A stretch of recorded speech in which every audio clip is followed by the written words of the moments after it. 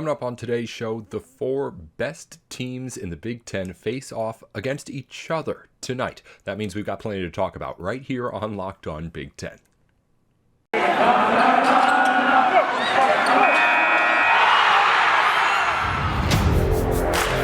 You are Locked On Big Ten, your daily podcast on the Big Ten Conference. Part of the Locked On Podcast Network. Your team every day.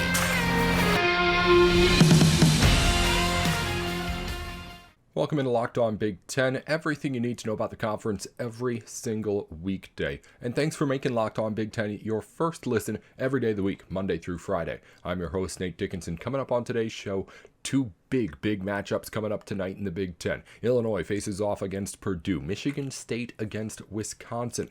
Who will come out on top? What am I going to be looking for in each of these matchups? We'll get into all of that in the program today. But of course, before we dive into any of those matchups coming up tonight, we have to give you everything that you may have missed over the day yesterday in news around the Big Ten. Let's start with the new AP Top 25. Of course, comes out every single Monday, and the Big Ten well represented as always, and just as represented as in previous weeks. No huge changes. Purdue is up to number 3 in the latest polls. Illinois sits at 13. Wisconsin is at 14. And Ohio State at 16. Michigan State follows up at 17. And then two other teams receiving votes this week, Indiana and then Iowa. Both actually right next to each other with, I think it was 11 and 7 votes. But anywho, they're a little ways off the top 25 still, but still getting their name mentioned as well. So that does match up, again, the top two teams in the AP rankings and in the Big Ten standings tonight, as well as number 14 against number 17 in Wisconsin against Michigan State. Again, Purdue and Illinois are 3 and 13 in the polls respectively, so we've got a whole lot and a big night in Big Ten basketball to get to. A chance for us to learn a whole lot about what these two teams are doing and where they're at, and again, plenty to break down here in just a minute. In other news around the Big Ten, the Players of the Week, of course, came out at the same day that the AP Top 25s do. Kofi Cockburn, the number one player in the Big Ten last week, and it wasn't all that close if you ask me. 27 points per game and 10 rebounds per game to go with it. The big man was unstoppable in the post for the Illini. Of course, he'll have a big test, literally, in Zach Edey later here today. Well, again, more coming on that in just a minute. I just want to get into these games, but we got to get into the few things to talk about. The freshman of the week was Bryce McGowan of Nebraska. He averaged 17 points and 4.5 rebounds. An impressive week from the Cornhusker rookie. Elsewhere, in, again, Lenardi news, we update you every day on what he's doing and what he's tweeting out. It's a time when he usually sends stuff out pretty much every single day as we get into February. But actually no updates from him since the last time we talked. So again, just a quick review. 7 teams in the tournament, probably the 7 that, there's a pretty big divide in the Big Ten between the top and bottom half, at least this season. So the same 7 teams as always. Again, Purdue's on that one line. Illinois, Michigan State, and Wisconsin currently all in the top 4 seedings as Joe Lenardi has it right now. Again, no updates since yesterday. We'll give you more if more come in by tomorrow. I hope they do, because again, big games coming up all around the country, but especially in the Big Ten tonight. Let's look at just everything going on in the Big Ten as far as scores and news go. Again, those 2 games on tonight, not the only 2 games here on the Big Ten schedule. I'll actually pull it up right now. We do have one more on the docket. Northwestern will face off against Indiana here tonight. That one will be a telling one for the Hoosiers, of course, as well. And then also Michigan and Penn State do battle here this evening as well. So 8 Big Ten teams in action. But of course, those 2 big games, the ones we're really going to be focusing on here in just a minute on Locked On Big 10. We'll get to that in just a second. Got to break down Illinois and Purdue and Michigan State and Wisconsin. Again, what many may consider to be the 4 best teams in this conference, if not 4 out of the best 5 at the very least. They're all going up against each other tonight. We're going to break it down here in just a minute on the show. BetOnline is the place to go for all of your online sports betting needs this year. It's betonline.net with a new website that the people love and all sorts of new news, podcasts, of course, ways for you to bet out there on the site. too. Of course, the big game's coming up in a couple of weeks. You're going to have to get your money in on that. But baseball season's right around the corner. Basketball and hockey are still in full swing. So if you need to make sure that you're at the best place to make sure you're taking full advantage of all your smart picks, head on over to betonline.net. It's betonline.net, your place to go for all of your online sportsbook needs.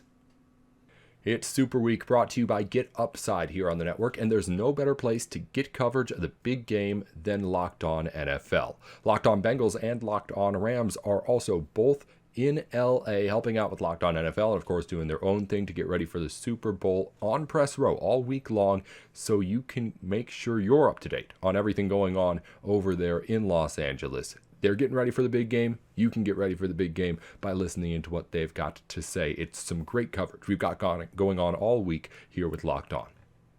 Locked On Big Ten, Nate Dickinson with you here, and once again, thanks for making the show your first listen every weekday, Monday through Friday. We got you covered with everything you need to know going on around the conference. Let's dive into these games that we've got here tonight, because two huge ones that could help define really not only who's atop the Big Ten the rest of the way, who has that bragging rights and power, but also how we kind of see these teams for the rest of the season as well. These big games are things that help decide those kind of things and how we really view teams going into the postseason. So let's start with the biggest of the big, of course. The top two teams in the AP Top 25 in the conference, the top two teams in the standings overall, Purdue and Illinois. It's number 3 with the Boilermakers and number 13 with the Illini. Playing this game in Mackey Arena, it's going to be a huge one, of course. And not just in the sense of the game as well. Two of the biggest presences in the conference are going to go off here when you have Zach Edey and Kofi Cockburn going at it in the post. It's just one of the matchups, though, that really highlights this whole thing. You've got Cockburn on one side. You've got Edey and Travion Williams on the other. You've got Trent Frazier and Andre Cabello on one side. On the other, you've got Sasha Stefanovic. You've got Jaden Ivey. I almost said Zach Ivey. Zach Edey, Jaden. It's Jaden Ivey, the guy's name. Anyway, this is not just a one-dimensional, huge superstar matchup game. Because we've seen the bigs go up against the other bigs. We've seen guards go up against the other guards. But these two teams have both in spades talent in the front court, talent in the back court, and the ability for either to really take over a game. So when you look at really what this game is, and at least when I take a step back and try to think about like big picture, what am I trying to take away from this game? I feel like I really want to know on both sides, for both Illinois and Purdue, where are they going to try and lean on? Because these matchups don't come all that often in the regular season, where you have, as a team that has a little bit of everything. In Purdue's case, let's say like top 5 team in the country kind of talent, of course, pretty much all season long, everyone's agreed it. You don't usually get a matchup where you have star guards and star bigs to go up against all the time. A matchup where 5-on-5, for all 40 minutes, you know you're going to have your work cut out for you. So when this matchup comes along, what is it that a Purdue team wants to do? What is it that an Illinois team wants to attack on? Where is it that these two teams thinks they have the most of an advantage over any kind of an opponent, over the top tier opponent that they're going to be facing off against tonight? When you look at all of that, I'm interested. Does Illinois go and try and feed the Big Ten Player of the Week in Kofi Cockburn? Get him down low inside and scoring often and consistently? Do they think he can take Zach Edey?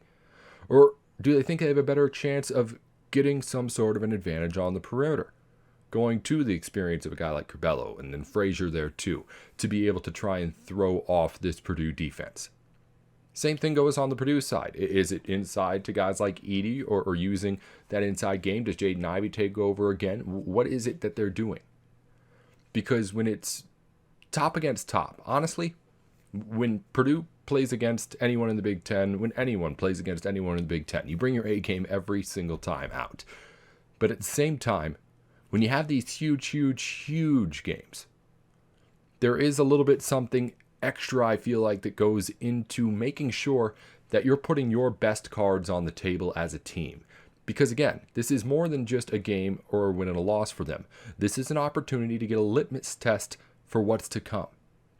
And for both of these teams, What's to come, they're hoping, is national championship kind of runs. So when they have this kind of a game, which in the Big Ten isn't as rare as everywhere else, but still hard enough to come by that you have to pay attention to it, where do you go? What is the go-to move for your offense? Where do you feel like the strongest matchups are to try and stop somebody else's offense? These are the things we're going to find out.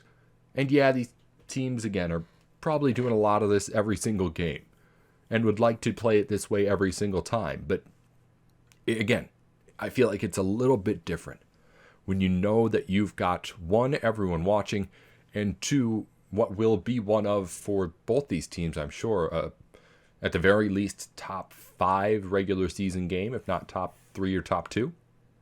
It has to be. So I'm really, really interested just to see in that sense what both these teams bring out. It's more than just an individual player, because we know what all these guys can do. We know Jaden Ivey could take over this game. We know that Kofi Coburn could take over this game. It's not a matter of that. The talent isn't in doubt. It's how the teams are using the talent that you really want to start to pay more and more attention to as we get into February and these teams are starting to fine-tune what they're going to try and do to win 5 games in a row in March and beginning of April.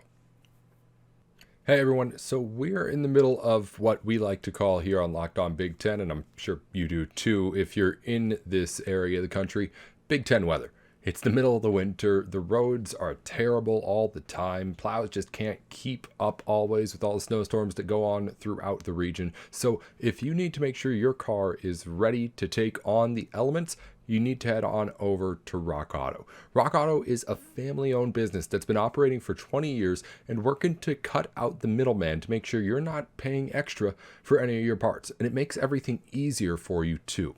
You go over to rockauto.com, you just search for the part that you need. They'll make sure that you get the exact part too. If you're not exactly sure how things work or just aren't a car person, not everyone can know everything about all the cars. It's insane how much there is to know about cars. So if you're not an expert, you go find whatever you need, and really whatever you need, whether it's a complicated parts or just a carpet for the car. And you can save a whole lot of money by not having to deal with the dealerships or part stores or wherever it is that you're going to get your stuff now. So head on over to rockauto.com right now. Save time and save money by not paying as much and having it delivered straight to your door. Right now, head over to rockauto.com and see all the parts available for your car or truck. Right, Locked On in there. How did you hear about us box? So they know that we sent you. Again, it's amazing selection, reliably low prices, and all the parts your car would ever need. rockauto.com. Hey there, welcome back into Locked On Big Ten. Thanks for making Locked On your first listen every single weekday, Monday through Friday. And now that we're wrapping up here, once we're done, be sure to head on over to Locked On Bets, your daily one-stop shop for all your gambling needs. It's hosted by your boy Q with expert analysis from Lee Sterling, free and available wherever you get your podcasts, of course. But first, we've got another big game to talk about before we get into all the betting stuff with your boy Q and Lee Sterling. Michigan State and Wisconsin face off tonight in a battle of teams that, again, one I think we need to learn a lot more about, and another one is reeling on all cylinders right now.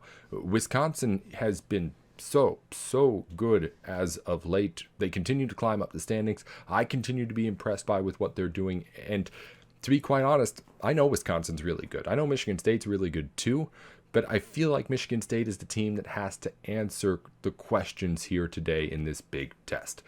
Because for one, Michigan State has not played that tough of a schedule. We've talked to Matt Sheehan about this already on the podcast, but Michigan State, as far as the Big Ten slate goes, has not really faced off against that many of the top teams. It's starting to now. I mean, we're talking about the big game here coming right now, and they've already played Wisconsin once before. We'll get to that in a minute. But Michigan State's really going through these teams for the first time. With that also, something we talked about with Matt Sheehan last week, Michigan State doesn't have that star. The leading scorer, Gabe Davis, is getting about 12 points per game right now. There are a lot of other Big Ten teams that have that star, and there's still plenty of people, myself a big believer, that you need one to be able to win at this game in particular, in this one where you have to get on a hot streak at the right time to become a champion. Michigan State doesn't have that. And while I believe that a team can be able to win without that superstar, the reason why I kind of be able to go against being able to win the NCAA tournament is because while you may not have a particular guy, and Michigan State fans will argue, and they're right, that they have the kind of a balanced lineup where any one guy can have the big game at any individual night. They just don't have the guy who is there to be the superstar every night out. And again, that wins basketball games. But when you need to win again against the best of the best who have those superstars so many times in a row, it takes a really, really kind of a slim path, I think, to being able to get win after win after win and just so coincidentally have game after game after game where you have somebody who's stepping up to compete with the other team's star, given that you don't have that star. When you don't have someone who's doing it every night, I don't know how you can be the Michigan State team that relies on just somebody to do it on any given night. I feel like you need more security than that to be able to win this NCAA tournament, because as consistent as Michigan State can play it, and how as much as they can have the one guy be the star one night and then the other guy the next, there's going to be a team, especially when they get to the tournament, there's going to be just about every team that has that guy who's going to have the big night. So there's a difference between hoping it's going to be there and knowing it's going to be there, right? Michigan State has a whole lot of guys who you can hope one of them will have the big one. And when many of them do, that's when we see them play their best. But you know that on the other side, there's going to be someone every single time who is going to get his. Michigan State has scorers. But I feel like if you don't have that star, you just get to a game at some point in that tournament where the other guy has someone going off. And too many times I see the team that doesn't have that superstar struggling to find someone to step up and keep up in that huge, huge moment. Not because they're incapable. Again, any number of people on Michigan State could take over a game. But there just isn't that experience of being the guy that I feel like is valuable, and I feel like we're going to find out a little bit more about with Michigan State. I rambled there for a lot, but the point I was trying to get to was backed up with stats. I mentioned Michigan State hasn't played the teams before. They haven't played the stars either. The only teams that Michigan State has played that has one of, again, the list will go off of the Wooden Award watch list, 7 of those players, is Illinois once and Wisconsin once already. Again, they'll play them again tonight. In the Illinois game, Kofi Coburn didn't play. Michigan State still lost, by the way. In the Wisconsin game, Michigan State lost, but Brad Davison 22 points, Johnny Davis 25. If you're not going to have that star, you need to have at least, I think, a defense. If you want to have a shot at winning it all at the end, you have to have a defense that can slow down somebody else's star. And Michigan State has not proven that at the very least. Again, the sample size is small, so I won't say that Michigan State can't do it. But I'm just saying that when I'm watching this game tonight, that's what I'm watching for. A team in Michigan State that has not only not had this kind of a challenge before, should be ready for it, but has had this particular challenge before already. Hasn't had many chances against big teams, so they're ready for this game. But has played this Wisconsin team before, and on a second time, I would hope, is able to improve a little bit on what they did in defending those perimeter guys last time out. So that's what I'm looking for. What can Michigan State do to stop the Stars, really the rest of the way? Because they're going to have a lot of these games in succession, and that's what I'm going to be watching for. When they play against the big stars in the Big Ten, who's the one that either steps up on the offensive side, or can the team step up on the defensive side to keep up? Because people are going to go off in this sport against you, whether you have a good defense or not.